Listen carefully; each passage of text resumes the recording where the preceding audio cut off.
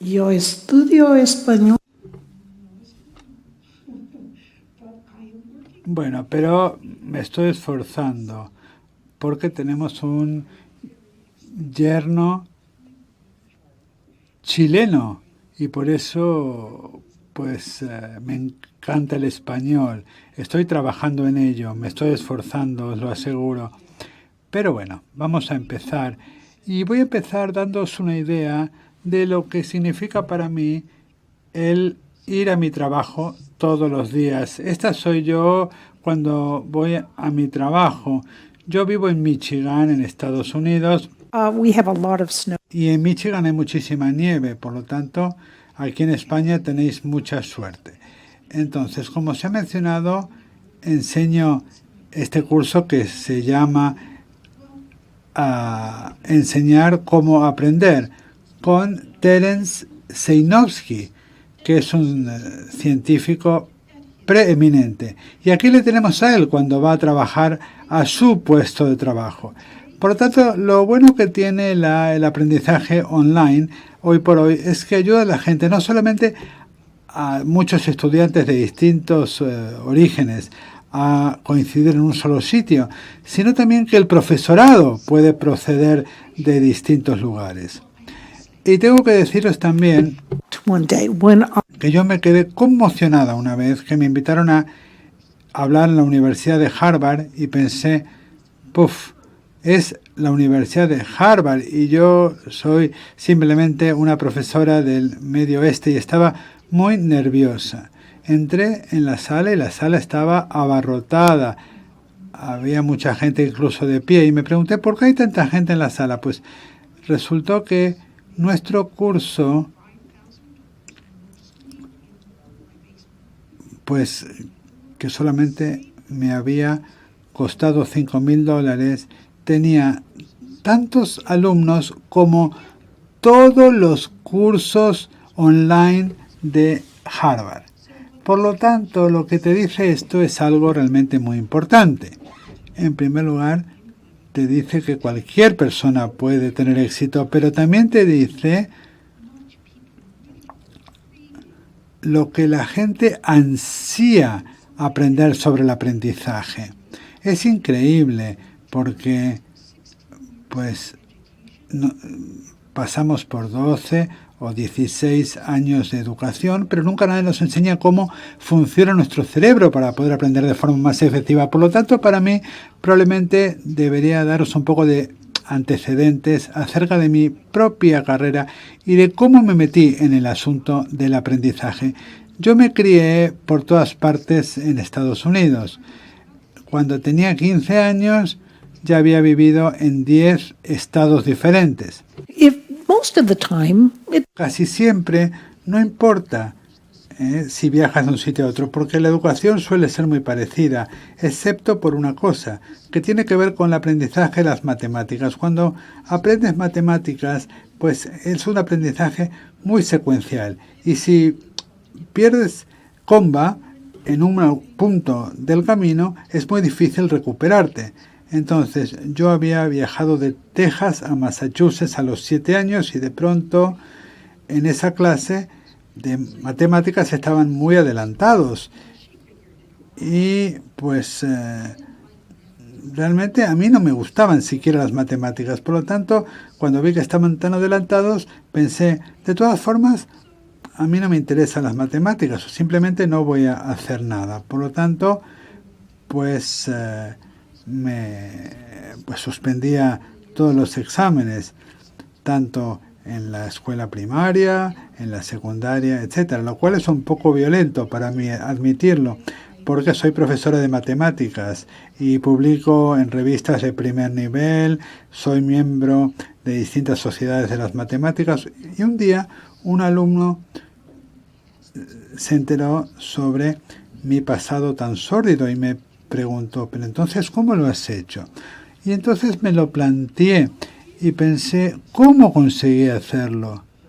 Porque yo era una niña pequeña Y bueno, de hecho me encanta esta fotografía porque es la última fotografía agradable que tengo de mí misma. Pero me gustaban mucho los animales, me gustaba leer, me gustaba tejer y me gustaban todas esas cosas y sabía que nunca iba a poder hacer nada técnico porque no tenía madera para ello, ni los genes para hacerlo. Entonces me pregunté qué podía hacer y pensé, bueno, lo que me gustaría hacer es aprender otro idioma. Should have picked Spanish. Debería haber elegido el español, pero de forma aleatoria elegí el ruso. Y entonces, pues me pregunté, bueno, ¿cómo puedo aprender ruso? No me podía permitir ir a aprender ruso a la universidad, pero me enteré de que había una forma en la cual podía aprender el idioma y que incluso me pagaran por ello, que era incorporarme al ejército. Por lo tanto, ahí me veis muy nerviosa, a punto de tirar una granada. Y si supierais lo torpe que soy, entenderíais por qué estaba tan nerviosa ese día. Pero sí, aprendí el idioma ruso y al final terminé trabajando en el mar de Bering, en pesqueros rusos, y para mí era una aventura impresionante porque estaba viendo el mundo desde otra perspectiva y al final terminé en la Antártida, en la estación del Polo Sur, y ahí conocí a mi marido. O sea que tuve que ir al final del mundo a conocer a mi marido. Y ahí está mi héroe, al final de la sala. So it's only been 35 years. Ya hace 35 años de ello y me considero muy afortunada. Por lo tanto, ahí estaba yo. En el momento en el que, no sé, cuando cumplí 26 años y ya tenía que licenciarme del ejército, pues ya había hecho todo lo que me habían dicho que hiciera. Había seguido mi pasión, que era aprender otro idioma. Y cuando me iba a licenciar del ejército, pues a nadie le interesaba mi título en idiomas eslavos. ¿A quién le interesa una persona cuya única habilidad es hablar ruso? Por lo tanto, empecé a pensar bastante en las cosas. Cuando estaba en el ejército había trabajado con muchos ingenieros y recuerdo mirar sus libros y pues tenían todas estas ecuaciones y yo entonces me dije, vamos a ver, ¿no se supone que yo tengo que ser abierta y abrirme a nuevas aventuras y ver al mundo desde otra perspectiva? ¿Y qué podía ser para mí más extraño que estudiar y aprender una habilidad analítica como la ingeniería? Por tanto, a los 26 años decidí volver a la universidad, aprender matemáticas y convertirme en ingeniero. Y no fue fácil, ¿eh? Tuve que empezar con álgebra básica de la secundaria. Recuerdo mirar los libros y si ahora echáis un vistazo a mis libros, tienen un montón de marcas en las páginas y muchas hendiduras en las páginas. Porque yo me acuerdo que pues leía estos libros de texto y me decía yo, esta gente que ha escrito estos libros los hicieron imposibles de entender. Y entonces lo que hacía yo de rabia era pues marcarlos y clavar mi bolígrafo en estos libros. Y cuando intentas aprender algo, muchas veces si te resulta difícil es muy frustrante y a veces lo abandonas porque piensas que no vas a poder conseguirlo. Pero lo que yo hice fue lo siguiente. Poco a poco año tras año fui avanzando, primero una diplomatura, luego la licenciatura y luego un doctorado en ingeniería de sistemas. Y cuando trabajaba en todos estos proyectos también empecé a enseñar. Y según enseñaba y los alumnos me preguntaban, ¿usted cómo cambió su cerebro?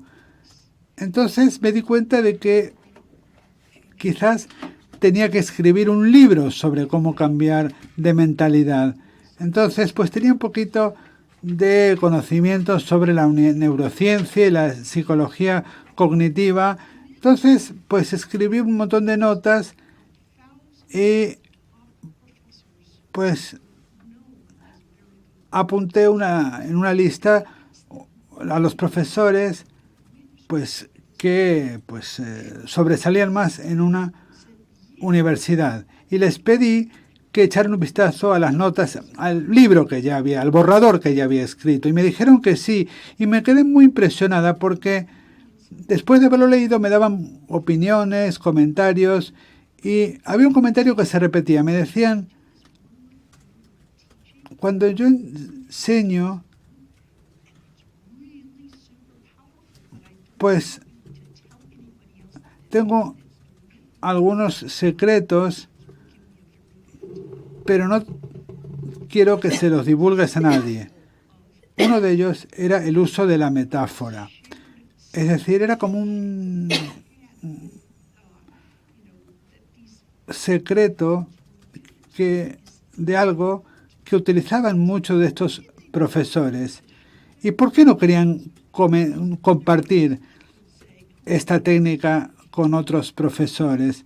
Bueno, porque otros profesores podían decir, bueno, al utilizar estas metáforas simplistas, estás pues simplificando demasiado la materia, estás en una universidad prestigiosa, tienes que pues impartir tus clases con una cierta altura, pero ahora ya sabemos que si se utilizan las metáforas para transmitir ideas claves, pues estás haciendo algo realmente muy bueno, porque permites que los alumnos utilicen ciertas conexiones para poder comprender la materia.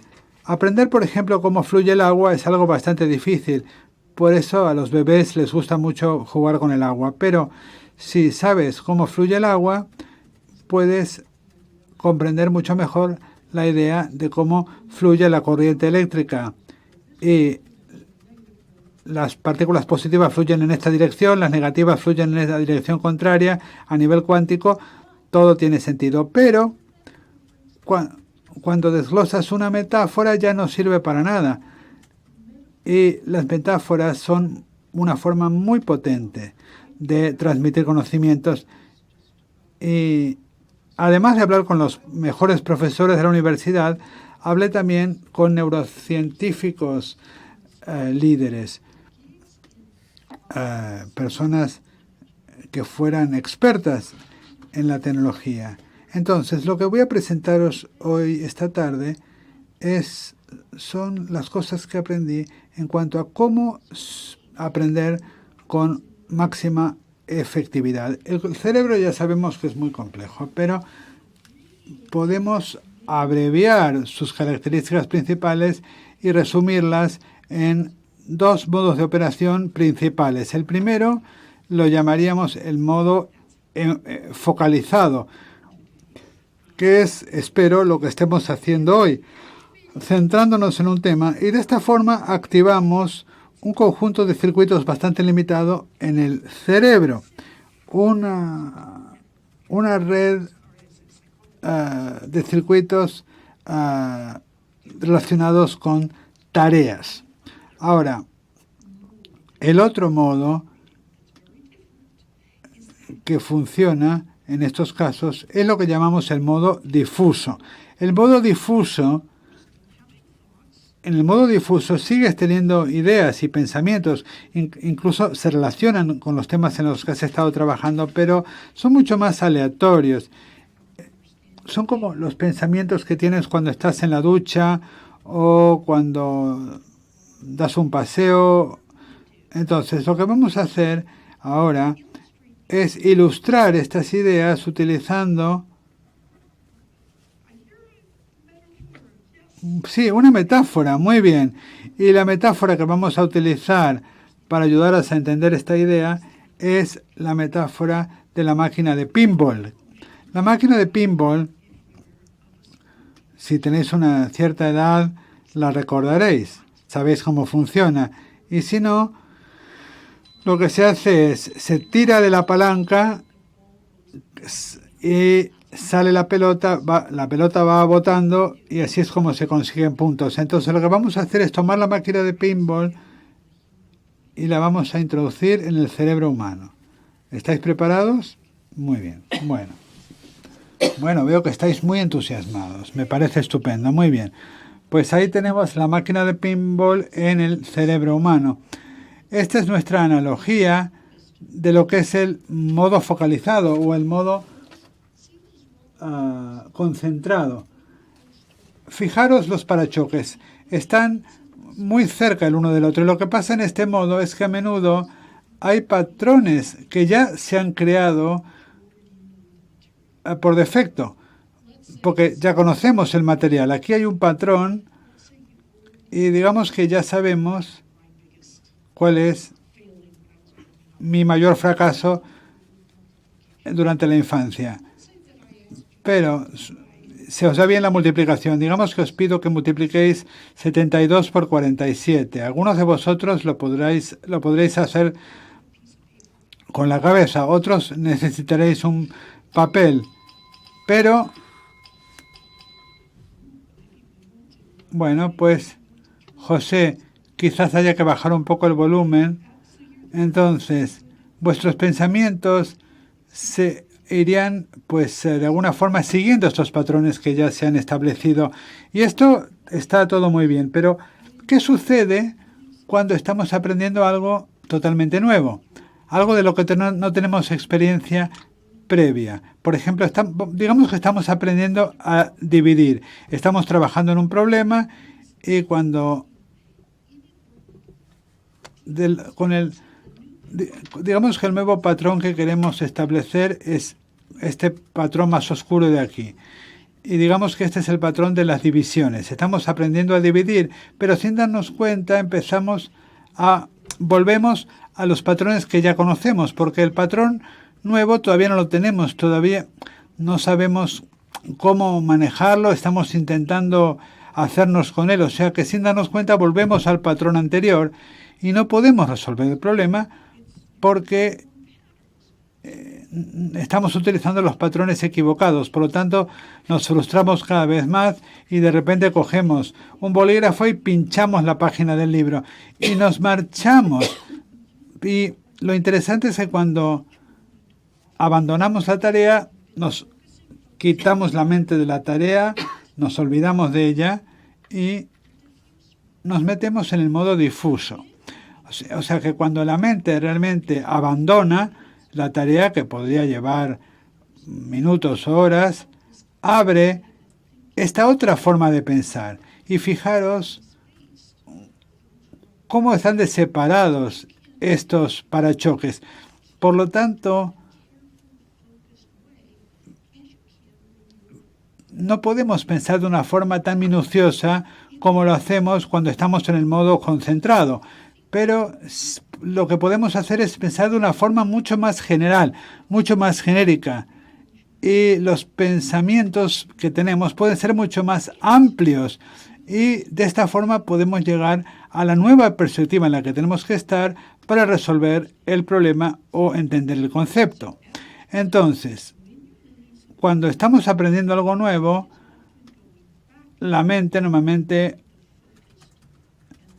fluctúa entre el modo concentrado y el modo difuso. Nos concentramos primero y luego tenemos que pensar un poquito más libremente de otras cosas y durante ese tiempo la mente está consolidando las cosas. No podemos estar en ambos modos a la vez, eso es imposible, a menos que estemos tomando unos honguillos de estos alucinógenos, pero claro, este no es el caso. Entonces, lo que me gustaría que hagáis ahora es que lo intentarais vosotros. Entonces, os pido que dediquemos 2 minutos a ello y que os giréis para hablar con la persona que esté a vuestro lado. Quizás le conozcáis o quizás no. Y que os presentéis a esta persona y que le explicarais cuál es la diferencia entre el modo enfocado y el modo difuso. Tenéis 2 minutos para hacerlo. A sus marcas, listos, ya.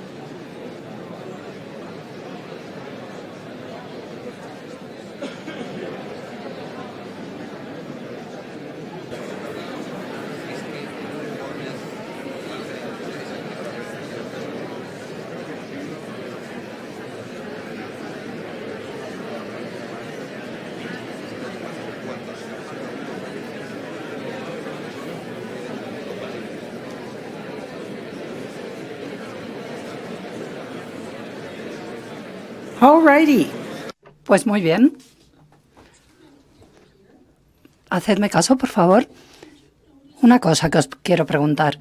¿Habéis notado algo cuando os habéis girado hacia la persona de al lado? Durante un instante, ¿a que habéis pasado al modo difuso? ¿No os habéis sentido como que obteníais una perspectiva fresca del tema del que estábamos hablando? Es muy útil. Si sois padres o abuelos o profesores, puede ser de gran ayuda explicar algo y luego dar la posibilidad a la gente para que dé un paso atrás y pueda consolidar las ideas de las que hemos estado hablando. Ahora me gustaría explicaros de otra manera el tema del que hemos estado hablando. Podríamos planteárnoslo como si tuviéramos dos mesas en el cerebro. La mesa concentrada o enfocada y la difusa abajo. Tienes que obligar a tus pensamientos para que vuelvan al modo concentrado. Tenéis que obligaros. Incluso aunque os guste, muchas veces os tenéis que obligar a prestar atención a lo que está ocurriendo. Y de pronto, sin daros cuenta, vuestros pensamientos irán a otro lado. Entraréis un poquito en modo difuso. Pero algunas personas es como si tuvieran orificios en la mesa, en la máquina de pinball. Se obligan a concentrarse y de pronto la bola está ahí, pero de pronto se cae. Y se encuentran como que entran en el modo difuso, ¿no? Tanto si quieren como si no. Esas personas con déficit de atención, hiperactividad, de esto hablaremos luego un poquito más, podrían tener sus ventajas por este motivo. Es simplemente otra forma de pensar diferente que puede, pues eso, dar a la gente una ventaja. En el curso de Aprender a Aprender, una cosa que me parece muy interesante es que recibimos comentarios de gente de todo el mundo. Y uno de los problemas mayores que tiene la gente es que todo lo dejan para mañana. La procrastinación, como decimos en inglés. O sea, algo que no quieres hacer, pues lo dejas ahí para mañana. Realmente ese es un gran problema en todo el mundo. Merece la pena dedicarle unos minutos a hablar de ello. Resulta que lo único que haces cuando piensas en algo que no te gusta hacer o que no quieres hacer, eso activa una parte del cerebro que experimenta dolor. Y el cerebro lo que hace es encontrar maneras de evitar ese estímulo negativo. Esto es lo que ocurre. La procrastinación es un hábito, igual que cualquier otro. ¿Y qué ocurre? Pues que piensas en algo que no quieres hacer, no te sientes bien y eso hace que vuelvas tu atención a otra cosa, que dirijas tu atención a otra cosa y de esa manera te sientes más feliz casi instantáneamente. Lo haces una vez, lo haces 2 veces, no pasa nada. Ahora, si lo haces con frecuencia, esta dilación, esta postergación, eso puede tener muchas consecuencias en lo que puedes hacer. Puedes pensar, yo no soy capaz de hacer esto o lo otro. Pero eso no tiene nada que ver con tus capacidades. Simplemente es que estás postergando las cosas hasta el último minuto. Y hay mucha gente que se encuentra en estas circunstancias. Como yo ahora soy ingeniera, y los ingenieros somos muy prácticos, pues voy a llegar a la conclusión enseguida y voy a explicar qué es lo que hacemos nosotros para evitar la postergación. Bueno, lo mejor es la técnica del pomodoro, del tomate, que fue inventado por un italiano en los años 80, por eso se llama pomodoro, y veréis este programador, porque realmente el contar el tiempo es muy importante, el tener un cronómetro. Y lo único que hay que hacer es lo siguiente. Primero, alejarte de todas las distracciones. En el teléfono móvil, lejos.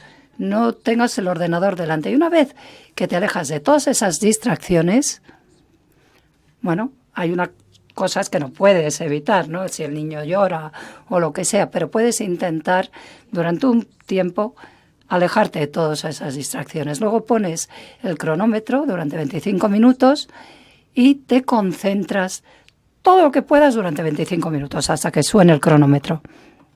Lo que yo hago, bueno, si no quiero trabajar en una cosa,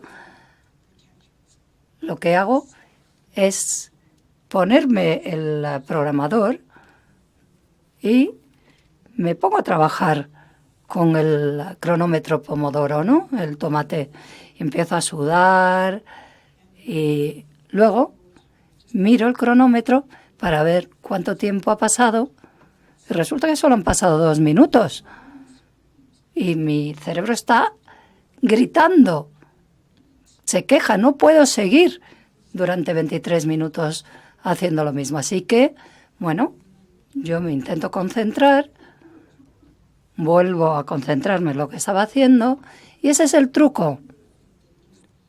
Pero hay algo adicional que es lo más importante del uso de este programador, que es recompensarte. Cuando digo recompensarte, me refiero, yo que sé, a tomarte un té o poner tu canción favorita, bailar con tu canción favorita. José, tenemos un problema.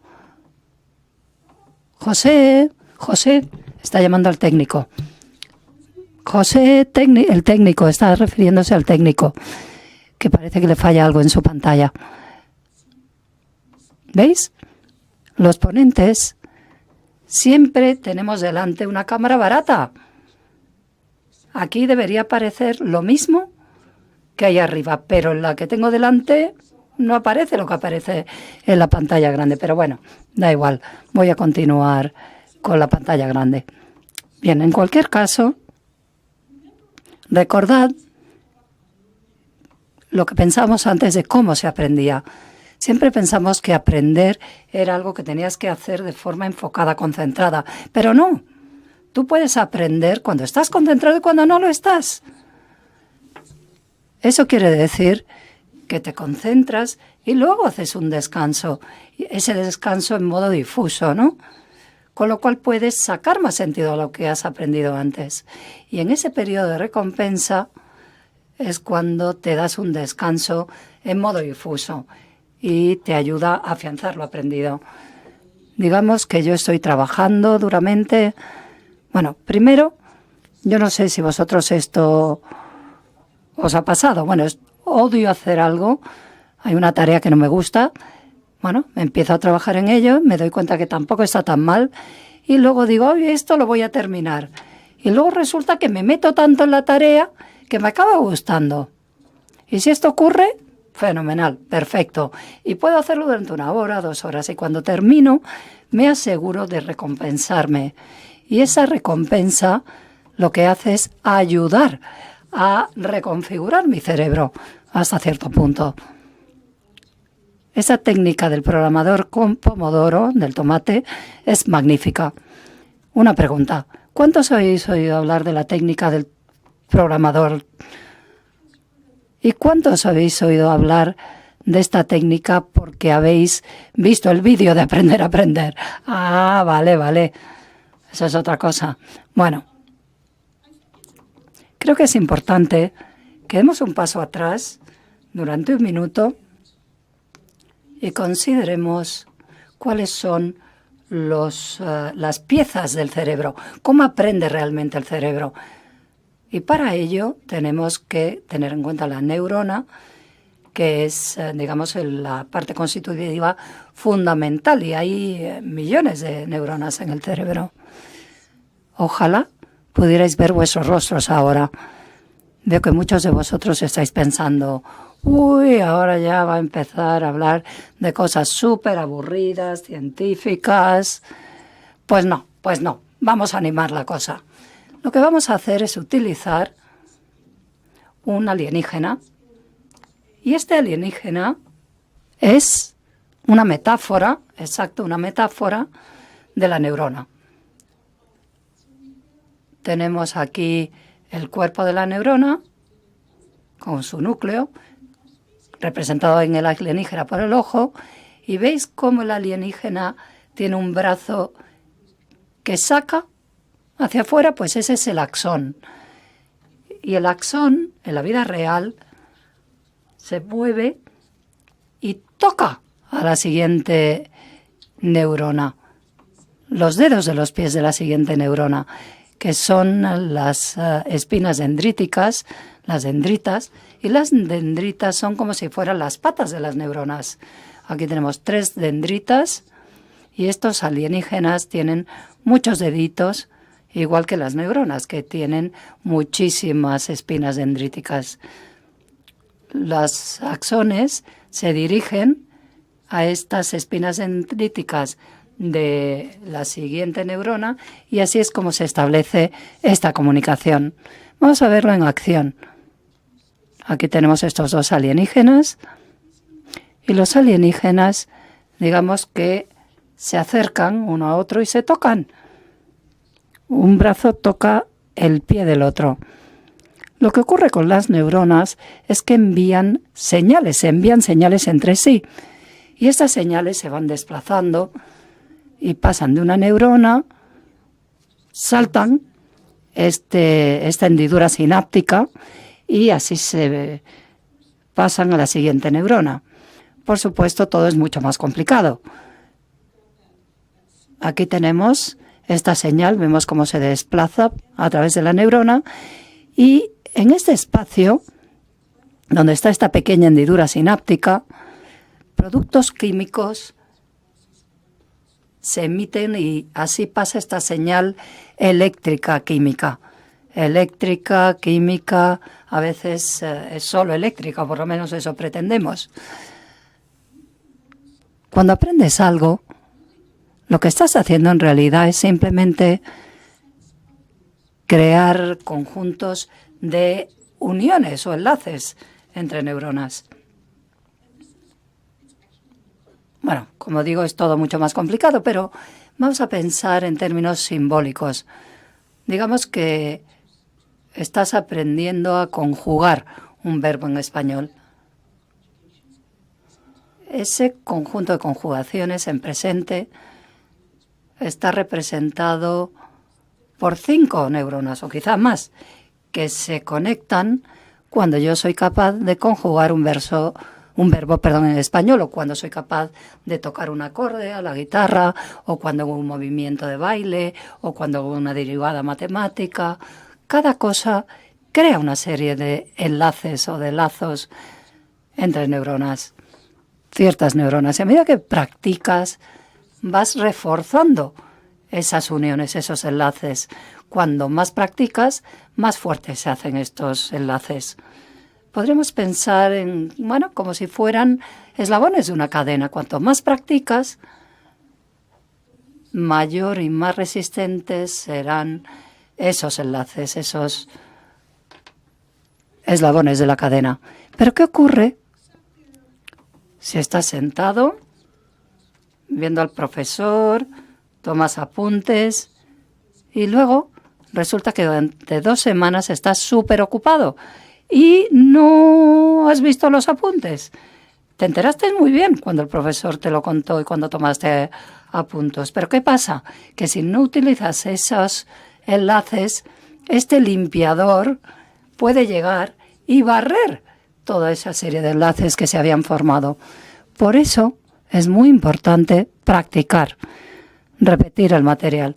Lo que ocurre es que cuando aprendes algo, cuando estás aprendiendo, lo aprendes y eso hace que se establezcan estos enlaces, que salgan estos enlaces, y luego cuando estás dormido por la noche es cuando estos enlaces practican esa conexión, se conectan. Así que el sueño es muy importante. Por eso es una parte tan importante del aprendizaje. Los jóvenes suelen decir, uy, yo no necesito dormir más que unas pocas horas. Pues lo que están haciendo es impedir que el cerebro cree esas conexiones fuertes, porque hace falta ese tiempo de sueño para que estas conexiones sean creadas.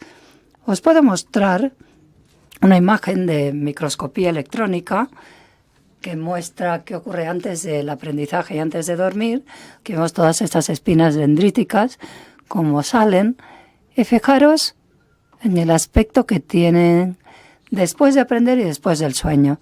Si os fijáis, este triángulo azul indica el desarrollo de una nueva espina dendrítica que ha ido creciendo durante el sueño. Ahora, cuando estáis viendo esto, estaréis viendo cómo pequeños brotes de dendritas salen. Cuando te acuestas y si habéis aprendido algo, tendréis estos brotes que luego saldrán mucho más, se alargarán y empezarán a hacer estas conexiones de aprendizaje. Esta idea es la que hace que sea tan importante el practicar cada día cuando aprendes algo. 10 horas en un solo día. Es que vas a hacer unos eslabones muy pequeños y este limpiador sináptico puede limpiarlo y barrerlo todo. Pero 10 horas en un día es mucho menos efectivo, porque solo tienes una noche de sueño para crear esos enlaces. Y si has tenido 10 horas de aprendizaje, pero espaciadas, 1 hora cada día, pues cada noche tendrás la posibilidad de fortalecer esas conexiones, crearlas y fortalecerlas, y aprenderás de una forma mucho más efectiva. Es un poco como construir un muro, ¿no? Si pones los cimientos, primero la primera capa de ladrillos, luego mortero, luego la segunda capa, y dejas que se seque antes de hacer el muro entero, le estarás dando tiempo al cemento de fraguar y eso hará que tengas una base muy fuerte de aprendizaje. Si no, al final al muro le pasará esto. No será una buena base, no será un buen cimiento. Si queréis, podéis planteároslo como si fuera lo siguiente. Este señor que levanta pesas, que se dedica a la halterofilia, sabemos que no espera hasta la noche antes del combate o de la competición para levantar todos estos kilos, no. Lo hace poco a poco y todos tenemos que aprender poco a poco. Hay mucha gente que empolla mucho la noche antes, pero claro, es que necesitas una estructura y esa estructura neuronal es la que se desarrolla cuando aprendes, cuando estás aprendiendo.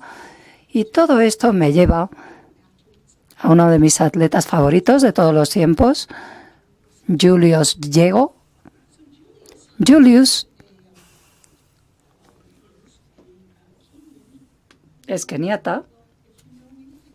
Si sabéis algo de los keniatas, sabréis que tienen muchos corredores de larga distancia. Muy buenos, ¿no? Fijaros en sus brazos. A él no le interesaba nada el correr largas distancias. Le gustaba la jabalina. ¿Qué pasa? Que no había entrenadores de jabalina, de lanzamiento de jabalina en Kenia. ¿Y qué hizo? Pues se fue a YouTube y empezó a ver vídeos sobre lanzamiento de jabalina. Y luego empezó a practicar cada día de forma activa, con lo cual esas espinas dendríticas fueron creciendo a medida que iba practicando. ¿Y sabéis qué? Se convirtió en el campeón mundial de lanzamiento de jabalina.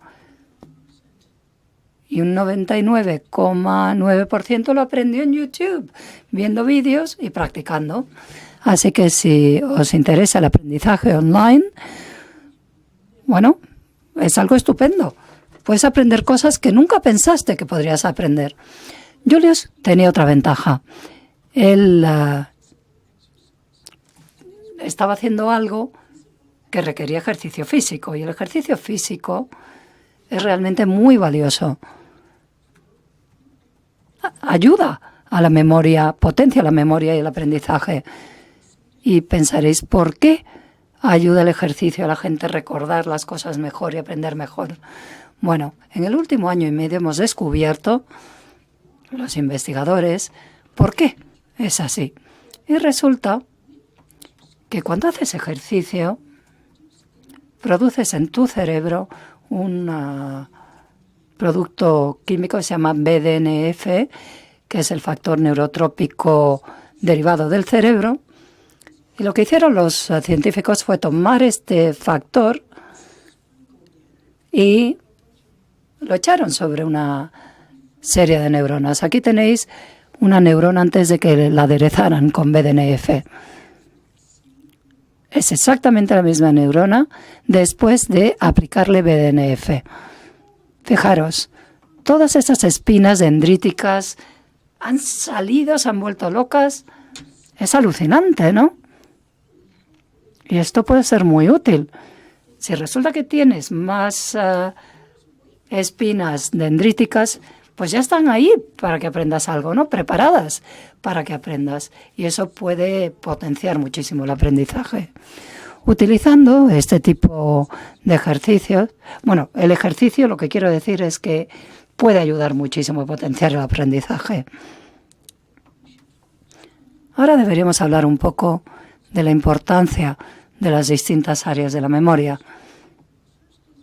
La primera es la memoria de trabajo, que es la memoria a corto plazo, y es lo que puedes recordar de forma temporal, ¿no? Si yo te digo que recuerdes 72, 49, 36, bueno, pues os repetís esos números y al repetirlos lo guardáis en la memoria de trabajo. Lo guardáis en un sitio que está en la corteza prefrontal, aquí, y es muy diferente esta memoria de trabajo a la memoria a largo plazo. La memoria a largo plazo está difundida por todo el cerebro. Por ejemplo, la memoria de trabajo se utiliza para recordar la cara de un amigo o la dirección en la que vives o donde solías vivir. Es una información que has almacenado, en la memoria a largo plazo. Y cada vez que aprendéis algo, eso quiere decir que habéis almacenado información en la memoria a largo plazo. Si la conserváis ahí, en la memoria de trabajo, es que no lo habéis aprendido realmente. A veces uno coge un libro, lo lee y dice, ya me he enterado.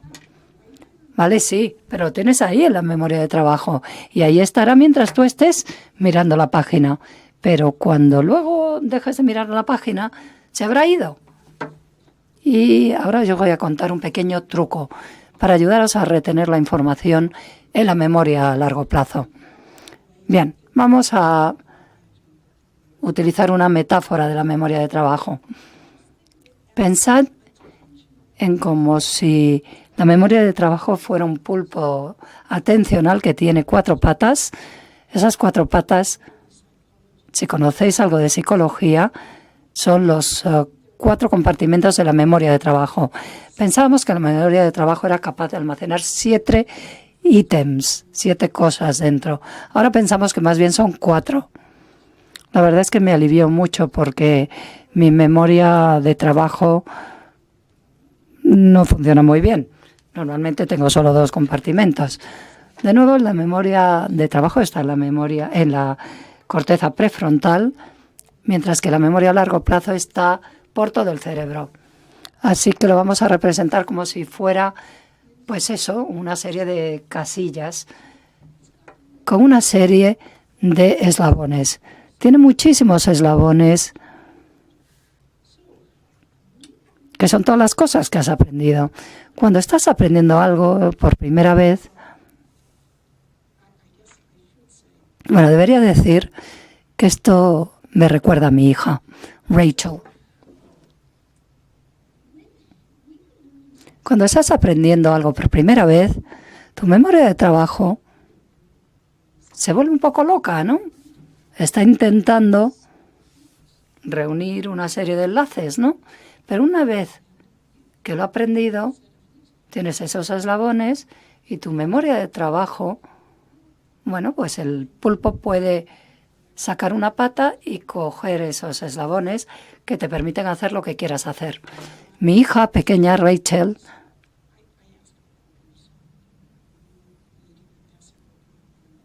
Cuando estábamos creando el curso online, le pregunté a mis hijas, ¿quién es capaz de modelar la idea de dar marcha atrás un coche muy mal? Y mi hija me dijo, yo puedo hacerlo. Puedo actuar como actriz y dar marcha atrás de forma terrible. Fijaros, está dando marcha atrás. Bueno, de hecho así lo hacía al principio cuando estaba aprendiendo a dar marcha atrás con el coche. Lo hacía fatal. Miraba para todas partes, le costaba muchísimo. Lo que estaba ocurriendo era que a medida que estaba intentando dar marcha atrás, su memoria de trabajo estaba haciendo un gran esfuerzo para intentar crear esa serie de enlaces, esa serie de eslabones, con la información que ya estaba aprendiendo dando marcha atrás. O sea que tenía una carga cognitiva enorme en su memoria de trabajo. Y como veis, todos los brazos de este pulpo estaban ocupados. Una pata estaba ocupándose de recordar, de mirar aquí, otra hacia allá.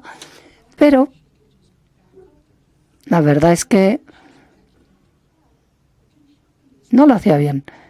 ¿Qué pasaba? Pues que tenía una alta carga cognitiva. Luego ya cuando aprendió a dar marcha atrás, bueno, pues empezó a reducir su carga cognitiva y fíjate qué fácil. Empezó a dar marcha atrás muy bien sin tener que pensar en ello. Una vez que has creado esta serie de eslabones, de enlaces, sobre cómo dar marcha atrás con un coche o a resolver un problema de álgebra o a conjugar un verbo, a tocar un instrumento musical, una vez que has creado todos esos enlaces, tu memoria de trabajo puede fácilmente echar mano de estos enlaces y funcionar. Pero a medida que dominas algo, lo que suele ocurrir es que creas una serie de enlaces sobre el tema que estás aprendiendo o que has aprendido. Y haces un examen y ¿qué pasa? Que tu memoria de trabajo se desplaza, coge estos eslabones de la memoria a largo plazo, los coge, uno por aquí, otro por aquí, otro por aquí, y de pronto has resuelto el problema. Aprender requiere crear una serie de enlaces que tu memoria de trabajo pueda coger fácilmente, de los que pueda echar mano fácilmente, y los expertos han encontrado que el factor común es que tienen una enorme cantidad de enlaces neuronales sobre el tema en el que son expertos. El especializarse en algo es una cuestión de crear toda esta serie de enlaces neuronales. Y todo esto me lleva a hablar de esas ilusiones que tenemos de ser muy competentes aprendiendo. Yo lo que hago es coger una página de un libro, lo leo, llego hasta el final y resulta que no me he enterado de lo que acabo de leer. ¿No os pasa eso a vosotros o sois la única en el mundo a la que le pasa? Leo un libro, llego al final de la página y no me acuerdo de lo que he leído. La mejor manera de leer y retener lo que acabas de leer es leer una página, parar, mirar a tu alrededor y ver si te acuerdas de la idea principal de esa página.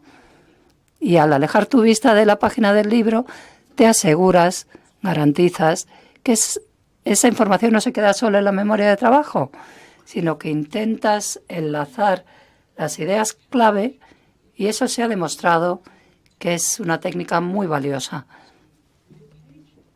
Se llama recordar. En inglés, recall. Es mucho más eficaz que volver a leer la misma página, utilizar mapas de conceptos o subrayar. Es lo que llamamos recordar y es muy efectivo. Otra manera de superar estas ilusiones de ser competentes aprendiendo es ponerte a prueba, examinarte cada vez que puedas, crear tarjetas o tarjetones, cubrir parte de un libro, tapar una parte del libro y ver si has aprendido algo, ponerte a prueba, ponerte exámenes de vez en cuando. Si tienes un problema en clase de ciencia o de matemáticas y quieres resolverlo, lo peor que puedes hacer es buscar la solución, pensar que sabes llegar a esa solución y luego continuar, porque no has trabajado de forma activa para crear esos eslabones, esos enlaces, y puedes acabar en el examen no acertando y pensando que ha sido porque estabas muy nerviosa, cuando en realidad es que en tu cerebro lo que pasa es que no has formado esa serie de lazos, de enlaces o eslabones. Cuando aprendemos, solemos cometer el error de pensar que algunos de nuestros mejores rasgos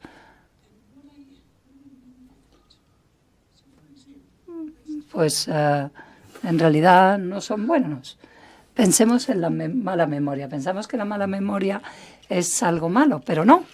Yo he venido aquí para deciros que el tener mala memoria es algo bueno. ¿Y eso cómo puede ser? Planteároslo de la siguiente manera. ¿Recordáis ese pulpo que teníamos con 4 patas, ¿no?, en la memoria de trabajo? Hay gente que no tiene pulpos con 4 patas, sino con 8, 9, etcétera. Son capaces de retener mucha información. Tienen patas con muchas ventosas. Y hay otras personas, como yo, que tienen un pulpo como mucho de 4 patas, que reciben la información y de pronto se distraen, dicen, ¡ay, qué solo enlace! Y de pronto que se le cae algo de la pata del pulpo. Pero cuando algo se cae de la pata del pulpo, algo entra, algo nuevo entra. Y estas personas, por lo general, son más creativas. Suelen ser muy creativas. Si sois una de estas personas que tenéis una mala memoria de trabajo, pues en realidad, si pudierais elegir, ¿qué preferíais tener? ¿Una memoria de trabajo mala y ser muy creadores? ¿O tener buena memoria de trabajo y ser, pues eso, no ser creativos? Hay mucha gente que elige ser creativos. Mi colega, que participa conmigo en el curso de Aprender a Aprender, tiene una memoria de trabajo, yo qué sé, con 85 tentáculos tiene su pulpo. Y no es nada creativa, con lo cual, pues todo tiene sus pros y sus contras. Y hay excepciones a todas las reglas. Otra cosa es que la gente a veces aprende muy lentamente. Piensan que son pensadores lentos. Y de hecho, a veces en mi clase hay gente a las que planteo una pregunta compleja sobre el modelo de no sé qué o de no sé cuántos, y antes de que yo diga algo ya están levantando la mano, ya tienen la respuesta. Y ves que hay otras personas en la clase que están pensando, pero bueno, ¿yo qué voy a sacar de esto? No voy a ser nunca una persona tan rápida, que piense tan rápido como los de la primera fila. Pero planteároslo de la siguiente manera.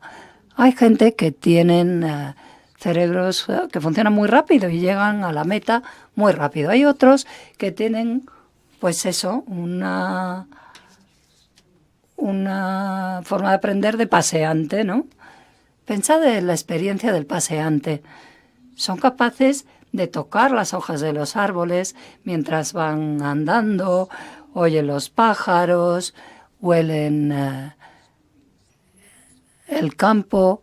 Es muy diferente a la gente que va en un coche muy rápido y que no se enteran de nada de eso. O sea que si eres un pensador lento, a veces verás cosas y las comprenderás y entenderás de forma muy profunda, y esto es algo que no pueden hacer las personas que piensan muy rápido. Mi héroe a nivel científico es Santiago Ramón y Cajal, que por supuesto es español. Aquí está el Instituto Cajal. Y Santiago Ramón y Cajal era un alumno malísimo, una persona a la que le costaba aprender. Y de hecho le expulsaron del colegio incluso. Y es alucinante considerar que llegó a ganar el premio Nobel y hoy se le considera el padre de la neurociencia moderna. Cajal, una vez, le preguntaron, ¿cómo ha logrado usted tener éxito? Y él dijo, pues porque no era un genio. No lo era, le costaba aprender. No se me quedaban las cosas en la memoria, no retenía, pero era persistente y era flexible cuando los datos me demostraban que me había equivocado, que iba por mal camino. Así que yo he trabajado con muchos genios y lo que pueden hacer los genios es, bueno, como son tan listos, están acostumbrados a resolver los problemas y acertar a la primera, con lo cual no tienen mucha experiencia equivocándose. Y por el hecho de ser pensadores rápidos suelen llegar a conclusiones y cuando se equivocan, pues no están acostumbrados a hacer ningún tipo de corrección. Y él pensaba, Ramón y Cajal, que su flexibilidad, cosa que no tenían los genios, fue parte de lo que le permitió convertirse en un investigador tan excelente. Con lo cual, si no sois genios, sentiros contentos, porque eso os permite hacer cosas que incluso los genios no pueden hacer. Dicho esto, quiero daros las gracias a la Fundación Rafael del Pino. Creo que nunca podré agradeceros lo suficiente vuestra atención. Me ha encantado ver que os interesa aprender tanto como a mí.